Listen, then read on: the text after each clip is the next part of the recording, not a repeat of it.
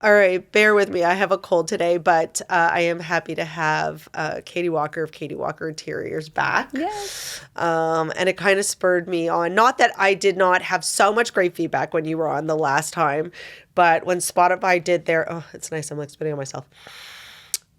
It's been a great week. When Spotify did their recap of the year, yours came up as the most watched or most downloaded or whatever it was, and I sent it to you and I said, well, now we need to have you back. I love it. Thank you for having me. That's great.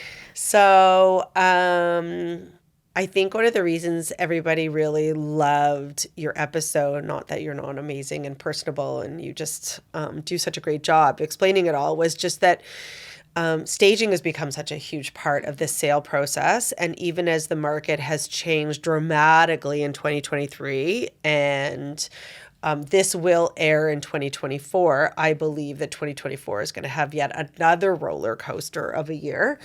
I think staging will continue to be as important as it was. And it has been. But I'm very curious. People have heard me ad nauseum talk about how the market has changed from a real estate perspective and sales listings. But how has it changed on the staging side? We went from no inventory to a plethora of inventory that wasn't selling. Well, I don't know, there's a few different things. I can't quite tell if it's our business kind of shifting into one direction or if it's the market. But I think that we personally are starting to do a lot more larger scale properties. So I don't know if that means that because this tax is coming up on larger cost properties, that we are staging more of those. You're staging more in the luxury. I find that, yes, there's like larger projects that we're doing, less condos, and less just smaller properties, I think. I don't know if that's the market. I don't know if that's our business, but that's where I'm seeing a shift.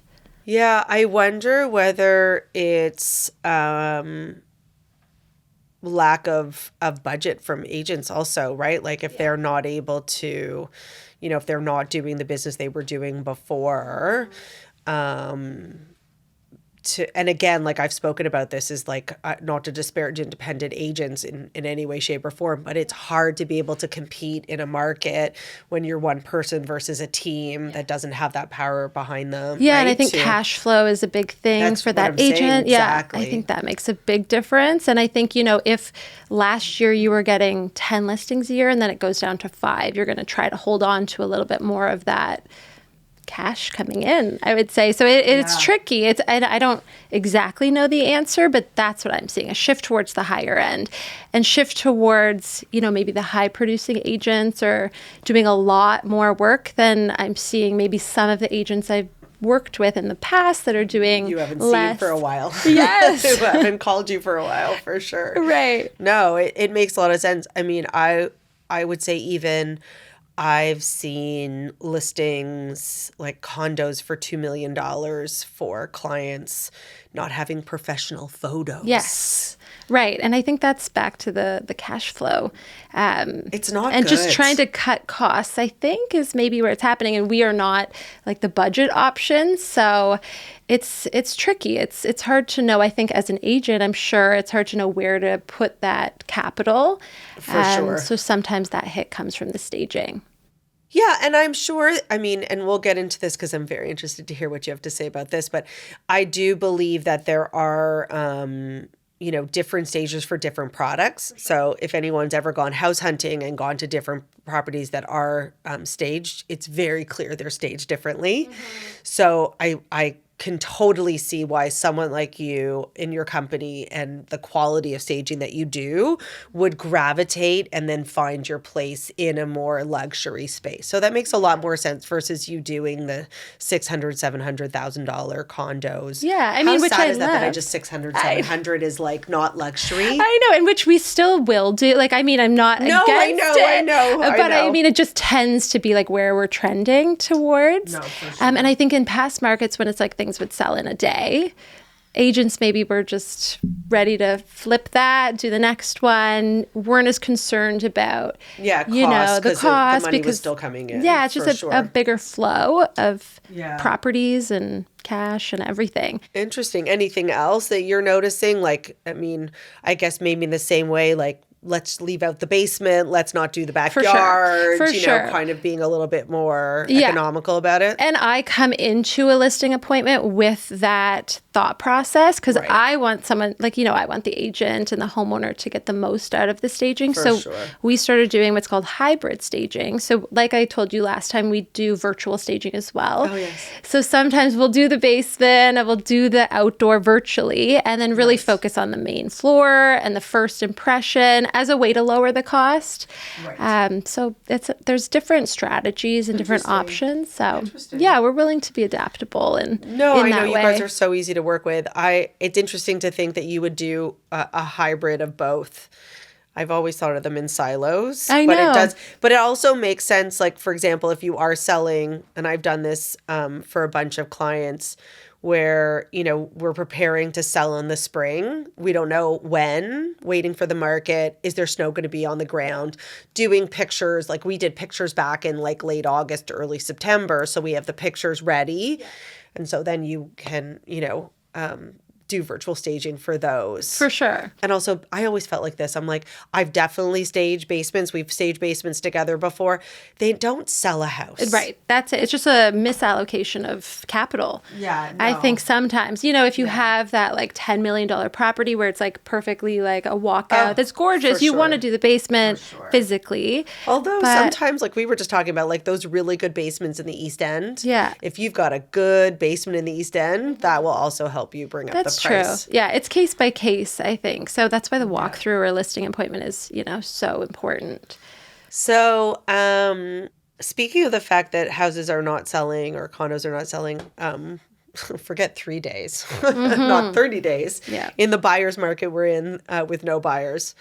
Again, I do believe that is going to change. But I call it February. Yeah. That's my prediction. Yes. I'm hoping the same. Yeah, I think January 24th is the next Bank of Canada announcement. That will be the 4th consecutive rate hold. Mm-hmm.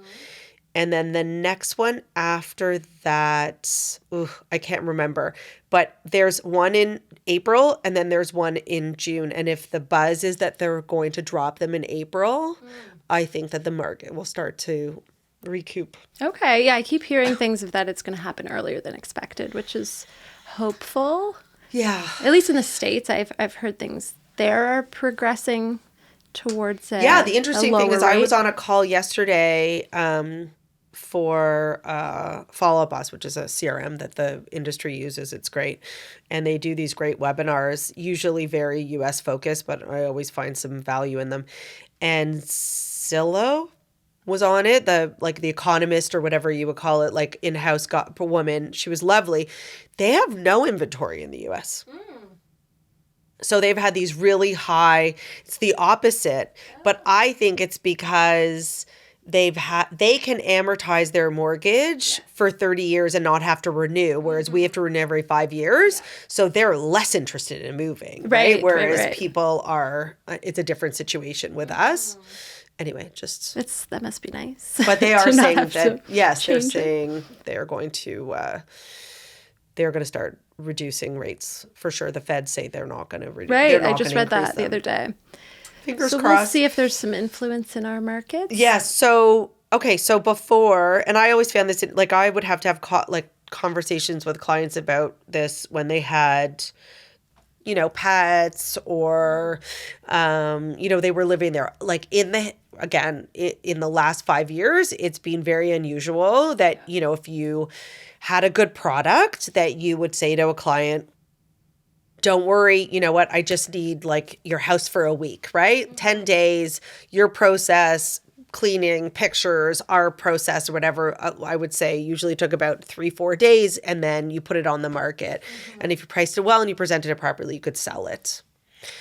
Now that's not the case. People can't leave their house for 30 days. Are you staging more homes that have people lived in it? like that, I can't speak today, honestly, that are living in their houses while it's staged. Yeah, I think so. I think definitely I'm seeing that shift for sure. Okay. So, I mean, a lot is similar with our process. We still always make our bed on top of their bedding so that they can just peel it off. And I always say, take a picture of everything. Yes, But, you know, yes. if like they become stagers every day. Yes, exactly. And one thing I have really focused on is trying to get the photography and the staging finishing time to be closer together. So in the past, so we're not, you know, having the client sleep in the bed and then it's not perfect because, you know, those pillows have to be chopped just right. For it to look great in the photos. Are you doing it the same day now? So trying. Really? I know. Before I had very... Yeah, you were like, I want all day. Not that, you know, you're demanding, but you're like, there was a staging day and a media day. Yeah, I just wanted that margin of error so we could like tweak something if it wasn't perfect. Right. But now I'm trying to... that's a big shift. I know. I'm trying to be better in that way by, you know, just bringing extra items, bringing extra crew, and just really trying to like push that. Because, you know, when I see a $7 million property that doesn't have like the perfect primary suite, that's not good. No, it's very true. Yeah. It's very true. But again, like, what do people do? I mean, people have kids. I know. And pets. So... And... yeah. There's couches and pillows and, you know, like all that stuff. How do you manage that? Honestly, it hasn't been the biggest issue. If there is a client that, you know, has 2 puppies or something like that, usually during the walkthrough, it'll be a conversation. And usually they'll bring it up saying like I worry about your rugs or something like that. So maybe we opt to keep their rug or we don't do any rugs at all, or we just alter the plan so it makes sense. We sometimes take a security deposit. So if there is cleaning needed, we can do that. That being said, I've actually never taken anyone up on that.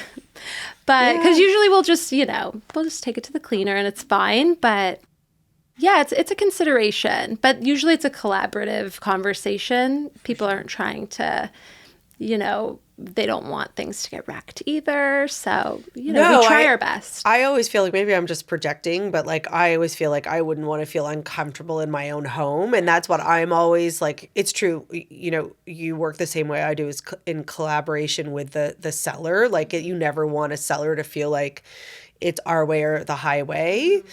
I've worked with someone like that. It's not pleasant and no one enjoys it. So I think having everybody like on the same page, I think we can advise and say, listen, that heavy leather couch does not work in here and we do need to like remove it. But if you don't want to, we'll make it happen. We'll make it happen. Don't you worry. Be the best, but exactly.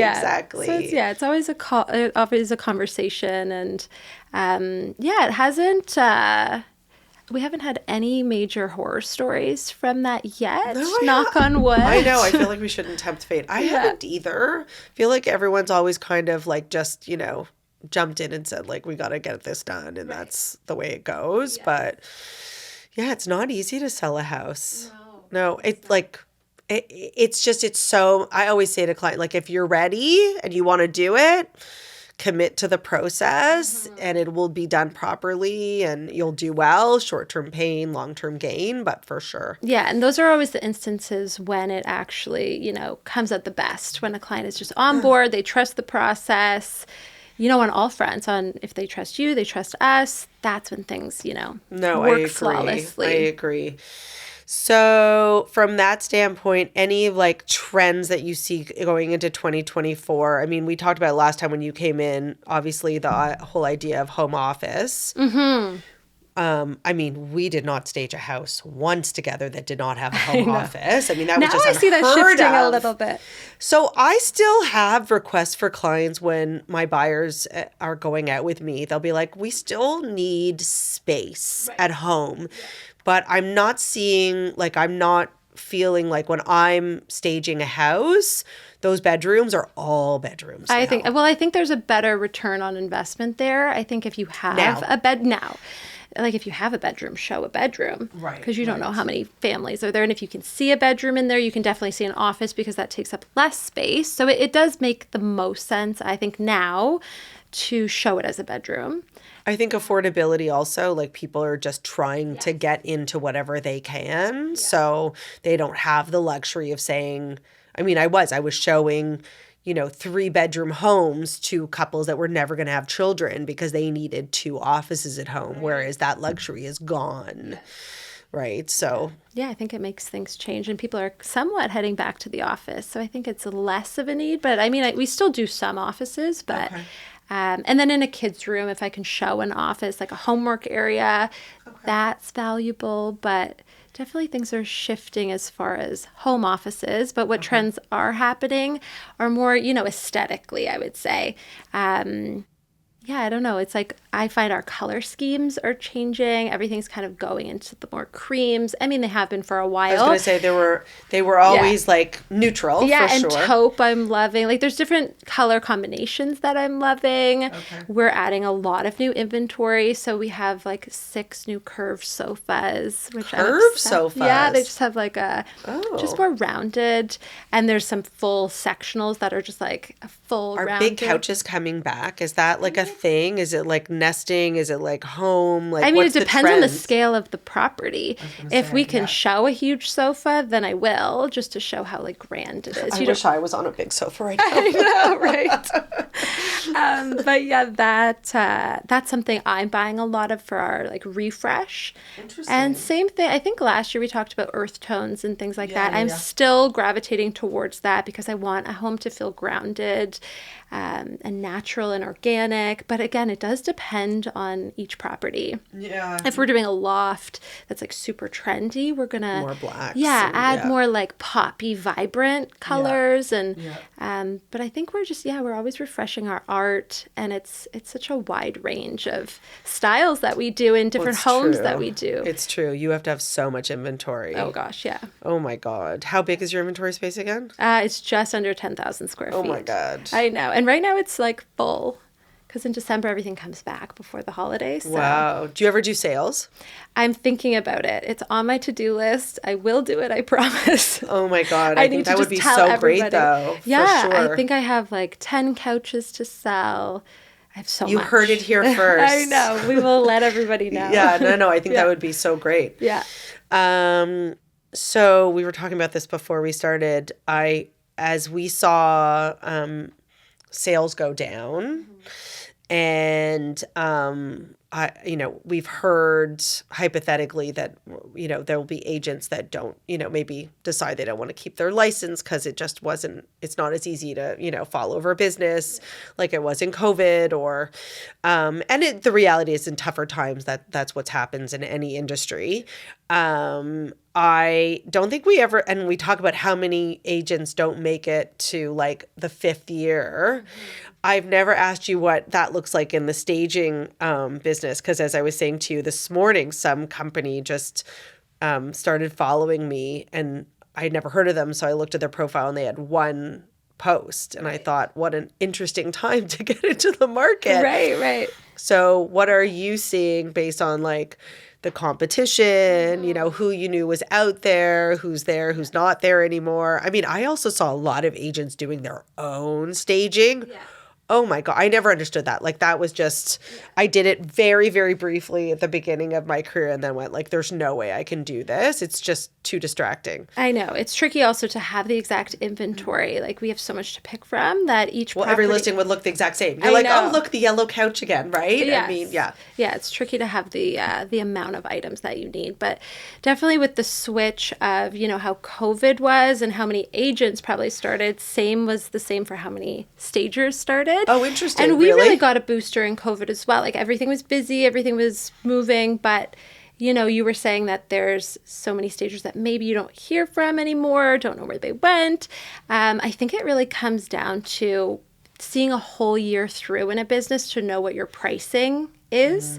There's so many expenses, so much, ebbs and flows to the business, like a slow time versus a very busy spring market. Right. 2 different things. So quoting on projects is so important to get your pricing right. Right. And there were so many stagers during that time that were undercutting the pricing, or like pricing maybe half of what we would. And they would get the jobs and we wouldn't. I don't understand why anyone builds a business on without value. But I know, anyway, but it's sorry. tricky. I think it's running a business is tricky, and it's hard when you're in your first year. And I think people just maybe see, okay, this project is X amount of dollars, so I'm going to charge this much less just to get the job. But really, after a year of looking at your finances, that costs you money to stage that property.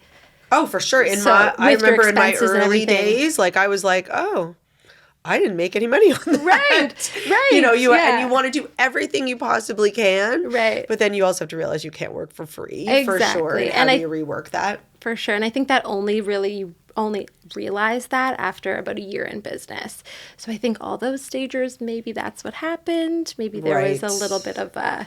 Well, they were also, a lot of them, I mean, I don't know if you know the percentage, but a lot of them rent their furniture, right? So they have to like put on top of that. And so they weren't really maybe dealing with their margins properly. Right. I think that's probably the biggest thing. Also, there's... Yeah, you know, it's tricky to run a business, to amp up, to like get into the part where you have a warehouse and you're not renting furniture. It takes a lot to get to that level. A lot of just hard work and pushing forward and cold calling and all these things that are not necessarily the most glamorous side to business, but you got to do them. Got to do it. Yeah. No, and as we discussed, like no names mentioned, like there are a few that also were very particular about the business that they took. And it was their way or the highway. And, you know, it's evident that they're feeling that because they can't be as, you know, selective when the numbers are down, for sure. Yeah, I think it's very important to value your clients no matter what. Even if you're extremely busy, you know, always value those clients that you work with consistently. And, you know... I also think everyone's home is really special to them. Yeah. You know, and I think I've dealt with every kind of possible sale, whether it's like a matrimonial home being sold through divorce or an estate sale or whatever it is. They all have emotions involved. And to have someone walk through and say like, you know, this is not for us. We don't do this. Oh, no. You know, is really... I can't even imagine. Oh, it's happened. Oh, because I do it all. I know you do. I know you do. Because I love it. Actually is so satisfying when there's a house that maybe is not, you know, my taste or whatnot, and then just like transforming it is the best thrill of a stager. Thrill. I don't disagree with you. And I always say, I'm like, just wait. I'm always so excited. Although some people get really upset. I know. Like I've had a couple of clients who've said to me like, I wasn't prepared. Like I cried when I got home. I've had that. Yeah, I've had that a few times. It's shocking. And it's an emotional sale. If someone's been in a home for 40 years, like to see it with their stamp on it, I think is a really difficult thing. And it's not necessarily reflective of how good the home looks or how bad it looks. It's just a sentimental side. No, I agree. And I think that, you know, I think it's probably one of the growing pains of a business also is to understand like, you know, if you are going to grow, I don't think you have to be everything to everyone. You know, I mean, you're not going to necessarily, you know, you're not going to cut your costs because someone says that doesn't work with my margins, but you'll say, listen, like I respect your business and that's it. But to say that you won't do it because it's not good enough for you is just like out of my wheelhouse. Yeah, I don't understand. I have clients all the time. They're like, ooh, it's not a great house. And I'm like, every house is great. I'm happy to help. It doesn't matter. That's the job you know of a stager, to make your house look great. And a real estate agent, right? I mean, they're like, well, it's only. I'm like, it's not only. Every home is amazing. We'll make it work. Yeah. Don't worry. I'm now forgetting what my last question is. So now I'm going to, so going back to the idea of like people crying, I've had several people say, oh my gosh, I want Katie to do my next house because they've loved what you've done so much. And I know that clients of mine have. So now speaking of like shifting with the market and all this stuff is that you've built, you know, a bit of a other arm of your business in design. So tell me all about it's like such a compliment when clients say that to us. And it made me so happy I'd be like, I'm so happy. I know, it's nice. It's like such a home run for us. But I would say, yes, when we have time, like the staging business is so full on that we really take on about 5 to 10 design projects a year.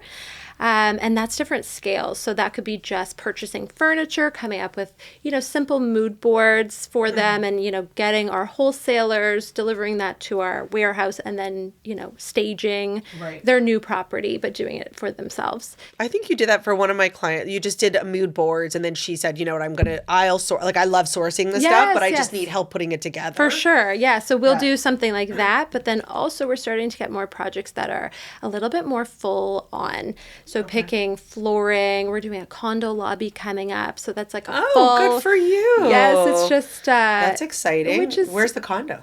Royal York. There's also potentially one in a presentation center up in North York. That's such a great arm of the business for sure. Yeah, so I think it's a good mix between staging and design. Right. Because it's like working with contractors is something that, I have some knowledge in, but definitely the sourcing of the furniture is the key to staging. For sure. And the presentation center, it's just right up your alley. Yeah, and it's a fun way to, push my creativity, and it is really great. I love it. It's different cadence though than staging. It's a longer scale process. Okay. And staging is like a one day, you're in, you're out, beginning to end. So I love the long scale and getting all the details in there versus staging, which is kind of like, faster. So I think it's great though, because for anyone who's listening, it's very hard to find, designers who will do like pick paint colors or help you find a sofa to work in. Most people, if that's what they're doing only, do not do smaller scale. I've had lots of clients ask me like, okay, in the new house, like I want help just choosing paint colors. Right. Yeah, we do color hard. consultations. So having that as an option, if anyone's looking for just like support in moving into a house, if you just want to refresh the spring and you're like, you know what, I have some really good expensive pieces, but I just want to refresh with some like, a new rug or some new artwork or, lighting or that kind of thing, I would definitely call Katie because that's such a good, it's a unique offering. And I find there's like a bit of a hole in the market for that. There's no market there. Yeah. Like there's no one that's doing it. It's either like full-scale renovations or staging. So I'm hoping to bridge that gap a little bit. Oh, I think that would be so good. Yeah. That would be great. Amazing. We'll see where things land with that. But it's keeping us busy in the slower times, which is nice. Yeah, no, we all have to shift and be adaptable for sure. Yeah. Well, thank you very much for joining me. Thank you so much for having me. That was great. As my voice is cracking. Oh my God, I promise to be better next time. It was great. Nobody will know. Thanks, Katie. Thank you.